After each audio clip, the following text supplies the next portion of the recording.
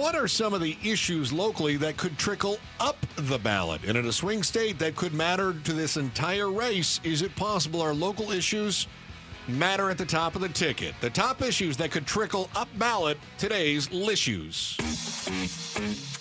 Chris and Joe have Lissues. How about we do this, Joe? Aside from proposals, because I think this is easy, local issues certainly can trickle up. That's part of the reason that you've had politicians and activists that have tried to put abortion, border measures, this sort of thing on the ballot as far as proposals go. Mm-hmm. What about some of the thoughts, something a little more esoteric, attitudes that people have, perceptions that people have, and how Arizona and our perceptions may actually influence the national election? You want to go first? Or you want me? So we take abortion and immigration kind of off the table. Take those off. Yeah. So let's focus on some of the more esoteric things that you go first. All right. I'm going to say my number 3 issue when it comes to what could trickle up the ballot is overexposure of a particular candidate. So Kari Lake, I think, is starting to do this. We know her shtick. Even if she's trying to switch it up from the last election cycles, she is who she is.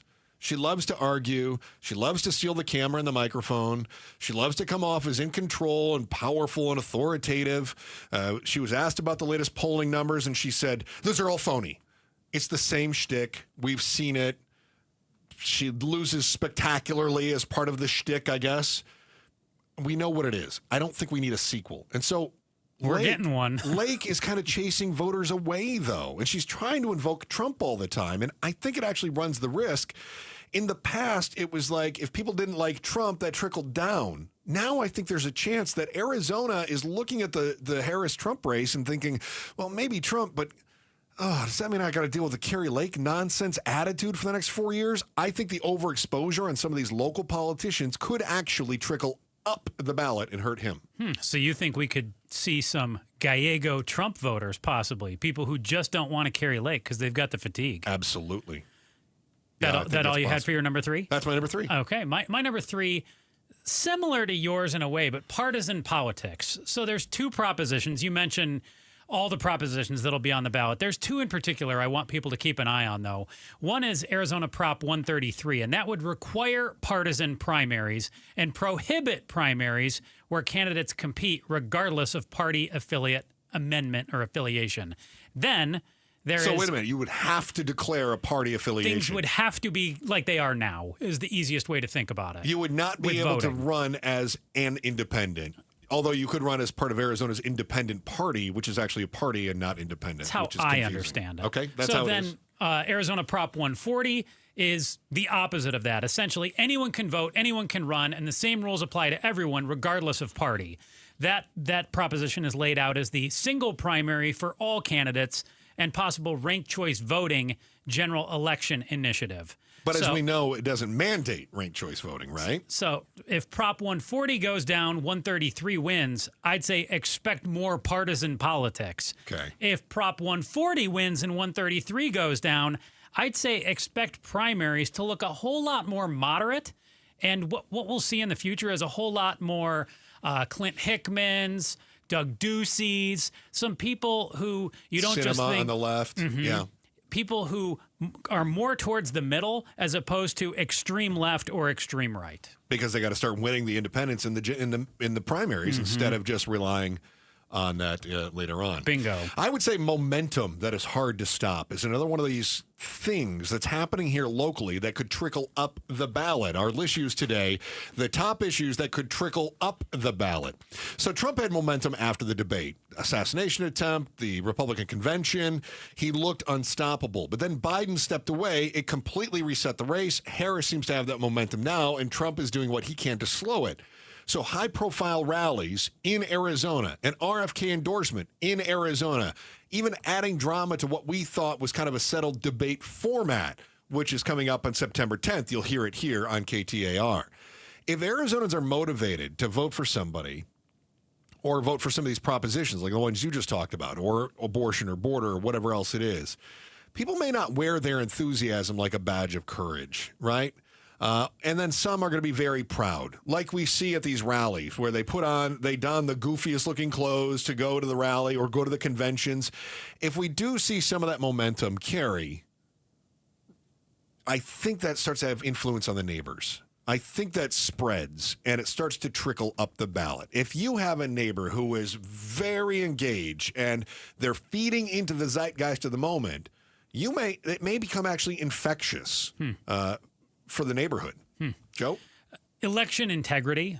Look no further than the Maricopa County recorder race. The current recorder, Stephen Richards, not going to be back. He didn't survive the primary. Right. Justin Heap on the GOP side will be taking on Tim Stringham on the Democratic side. So we're going to have a new county recorder. Heap has a lot more backing from the election-denying crowd than Richard did. It'll be interesting to see how Heap performs in the general election now that it'll be Democrats and GOPers squaring off in the general to see if a Justin Heap, who was more hardliner, who he hasn't said that he didn't accept the results of past elections, but he hasn't also come out and said, yeah, those election results were legit. Don't know a lot about Tim Stringham. But it'll be interesting to see that recorder race, and that will tell a lot about where Arizona stands in terms of election denierism. So my number one is similar to your number two, but a little different. I also think I called it mistrust. You talked about integrity. And I think this might bite the GOP candidates locally, and it could have broad impact up the ticket. So we dealt with the fake electors, with Trump, with Kari Lake, or if you look in other states, the election board in Georgia. And they worked for years to spread misinformation about the reliability of the polls. In fact, I would say that's why Richard did not get reelected, is because people said, well, obviously he's in the tank. Think about the primary system, too, and how it was set up, where a lot of people argue that it was set up to help the Justin Heaps of the world, where it's just Republicans voting in that primary for the most part, unless independents wanted to take a Republican ballot. Right. And try to save a politician. Who wants to take a ballot to save a politician? Mm-hmm. Nobody does, right?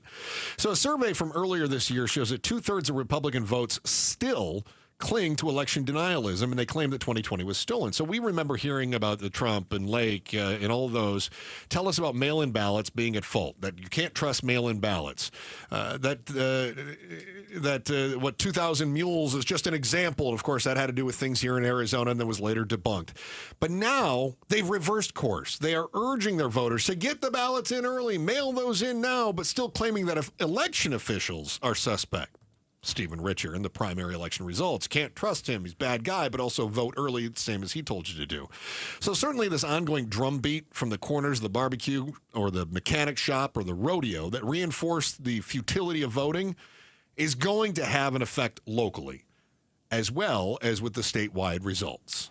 So my number one is MAGA's make or break moment. You mentioned Kari Lake. I just mentioned Justin Heap a moment ago. And then you've also got former President Trump. They're all in big-time races.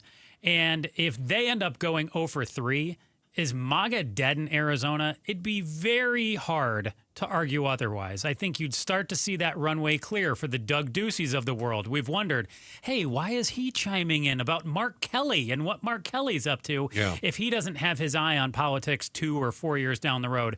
Other traditional Republicans might make their way back into the party's favor as well if you see Lake, Heap, Trump go 0 for.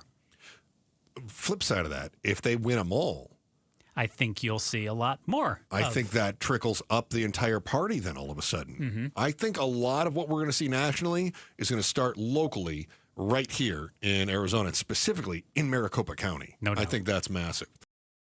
Thanks for watching The Chris and Joe Show. Click to see more from Chris and Joe and tap the button in the middle to subscribe to KTAR News.